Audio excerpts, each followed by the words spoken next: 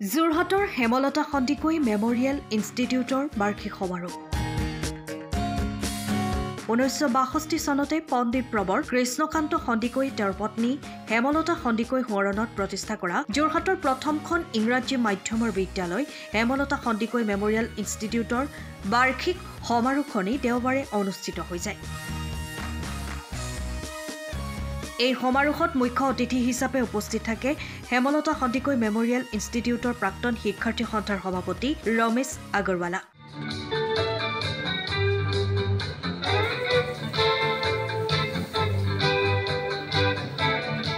সমাৰোহত ছাত্ৰ-ছাত্ৰীসকলে গীত নৃত্য কৰাৰ লগতে বিদ্যালয়ৰ ইতিহাসৰ বিষয়ত বিদ্যালয় পৰিচালনা সমিতিৰ সম্পাদিকা গায়ত্ৰী সন্দিকৈ ৰচনা কৰা নৃত্য নাটিকা বিদ্যালয়ৰ ছাত্ৰ-ছাত্ৰীসকলে পৰিৱেশন কৰে। নৃত্য নাটিকাখনিৰ পৰিচালনা দীপেন হাজৰিকা আৰু সংগীত পৰিচালনা কৰে মানৱজ্যোতি বৰাই। অনুষ্ঠানত বিদ্যালয়ৰ ছাত্ৰ-ছাত্ৰীসকলে স্পেনিছ ভাষাত অ মোৰ আপোনাৰ দেশ জাতীয় সংগীতটি পৰিৱেশন কৰি উপস্থিত সকলোকে আপ্লুত কৰি তোলে। আজি আমি যোনখন নাটক কৰিছোঁ টাইম প্ৰেজেণ্ট টাইম পাছ, এইটো আমাৰ স্কুলৰ ছাত্ৰ-ছাত্ৰী হেমলতা সন্দিকৈ মেমৰিয়েল ইনষ্টিটিউটৰ সেই ল'ৰা ছোৱালীবিলাকে আজি কৰিছে, প্ৰেজেণ্ট কৰিছে। আমাৰ যোনটো হিষ্ট্ৰী, এইটো হিষ্ট্ৰী অফ HHMI, আমাৰ স্কুলৰ ইতিহাস। আমি এই প্ৰজেক্টটো যোৱা বছৰে আৰম্ভ কৰিছিলোঁ, কিন্তু তথাপিও আমি ভাবিছিলোঁ যে মানে আৰু অকণমান কৰিব লাগে, কাৰণ ইট ইজ নট এনাফ।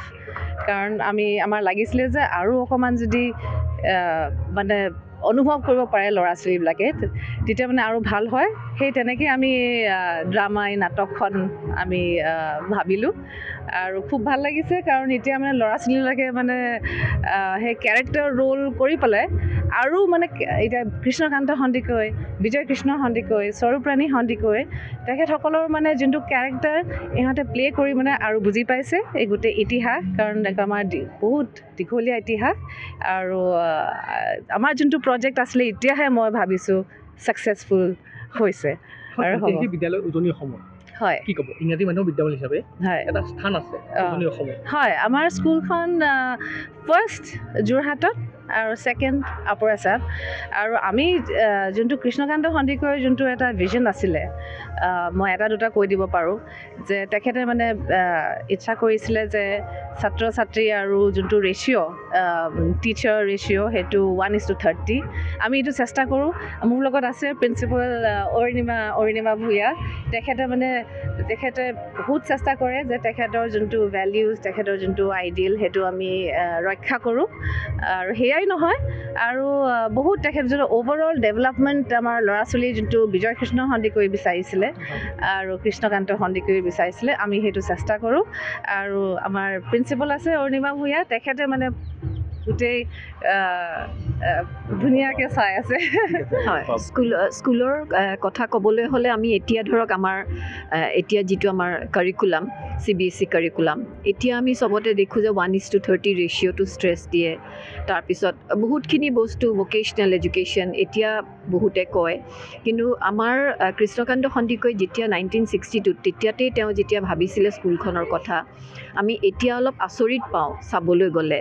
কাৰণ তেতিয়াৰ দিনতে তেওঁ 1:30 ৰেচিঅ'টো যাতে আমি এজন শিক্ষকৰ অনুপাতে আমি 30জন ষ্টুডেণ্ট ৰাখিব পাৰোঁ, সেই তেনেকুৱা হিচাপতেই তেখেতে ক্লাছৰুমখিনিও আমাৰ গঠন দি গৈছে। আমাৰ যিবিলাক ক্লাছৰুম এনেকুৱাকৈ থৈ গৈছে য'ত 1:30 বহুৱাব পাৰোঁ আমি।